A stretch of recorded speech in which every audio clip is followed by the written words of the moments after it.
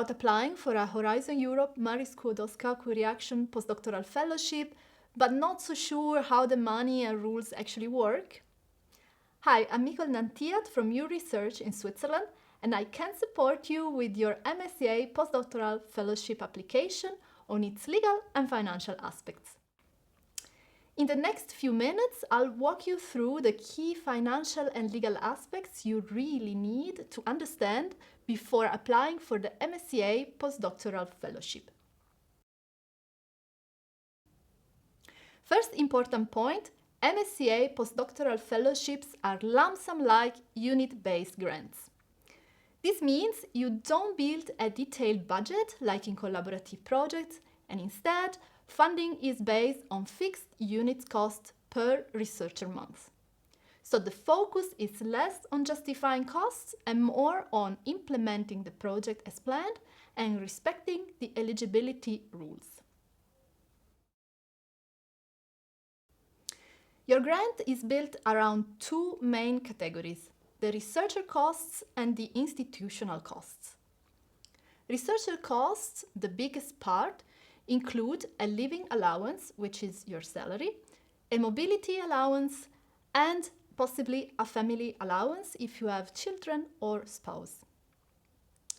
Very important, these are fixed amounts defined by the European Commission, and they are adjusted with a so-called country correction coefficient, which for Switzerland is relatively high, 163.7%, meaning that the salary level is quite competitive. But the amount are gross contributions, not net salary. And also the host institution applies national rules, so taxes, social securities, and so on. Institutional costs are contributions to the host organization, covering research, training, networking costs, and management and indirect costs.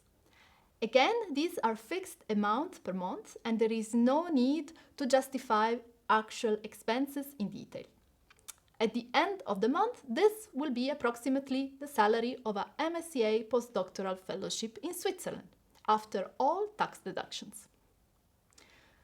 One important detail, if you are applying for a global fellowship with an outgoing phase, during the time you spend outside Europe, the country correction coefficient is adjusted to the country of destination, not the European host.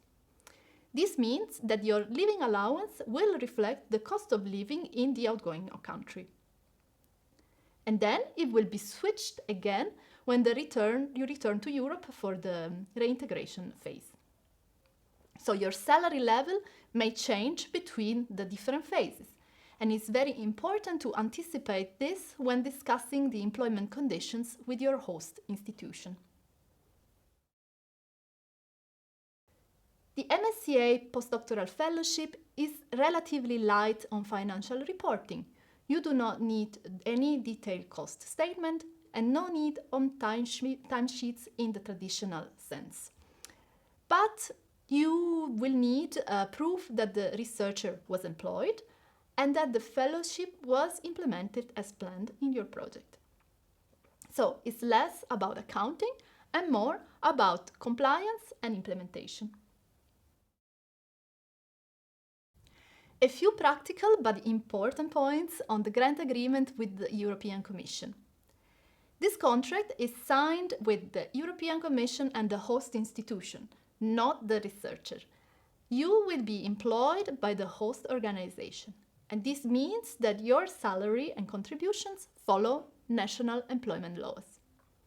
Also, the fellowship is full-time research plus training.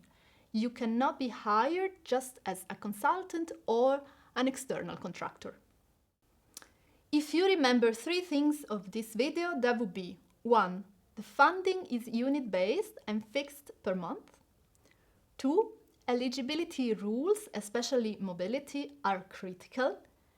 And 3. The researcher is employed by the host institution.